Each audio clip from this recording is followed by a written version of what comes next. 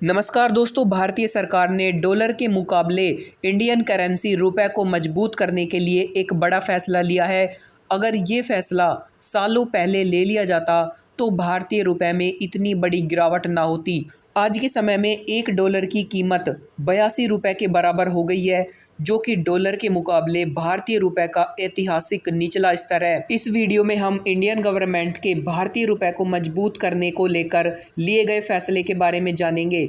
दोस्तों, आपसे रिक्वेस्ट है कि ऐसी ही नॉलेज रिलेटेड वीडियोस के लिए आप हमारे चैनल को सब्सक्राइब कर लीजिए। तो दोस्तों, आइए बढ़ते हैं वीडियो की तरफ। पिछले दिनों भारतीय reserve bank of India RBI ने फॉरेन एक्सचेंज रिजर्व का डाटा जारी किया था, जिसमें एक बार फिर गिरावट देखने को मिली है। लगातार चल रही इस गिरावट ने इंडियन इकोनॉमी को एक बड़ा झटका दिया है। 2 हफ्ते पहले भारत का विदेशी मुद्रा भंडार $528 बिलियन था, लेकिन बीते 2 हफ्तों में इसमें $4 बिलियन की गिरावट हुई है और अब जो भारत का विदेशी मुद्रा भंडार है वो $524 बिलियन पर आ गया है। अब से ठीक 1 साल पहले भारत का फॉरेन एक्सचेंज रिजर्व $644 बिलियन था। पिछले 1 साल में इसमें $120 बिलियन की गिरावट हुई है, जो कि काफ़ी ज़्यादा है।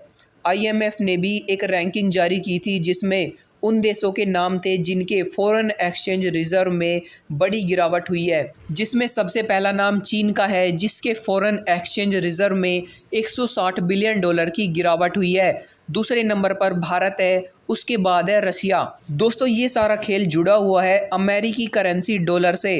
डॉलर को अमेरिका का सबसे बड़ा हथियार भी कह सकते हैं, क्योंकि पूरी दुनिया में अगर किसी भी देश को ट्रेड करनी है तो वो डॉलर में होती है, क्योंकि दोस्तों डॉलर को एक सबसे मजबूत और स्टेबल करेंसी माना जाता है।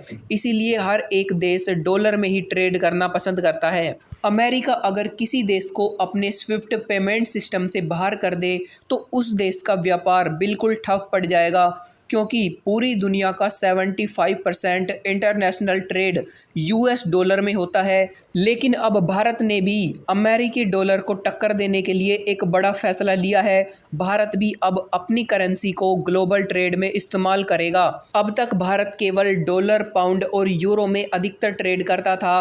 भारत की सरकार अपने व्यापारियों को टैक्स में छूट भी देती थी कि आप डॉलर और यूरो में ट्रेड करिए, क्योंकि इंडियन गवर्नमेंट को लगता था कि यूरो और डॉलर एक स्टेबल करेंसी है और इसके इस्तेमाल से इंटरनेशनल ट्रेड काफ़ी आसान भी हो जाएगा।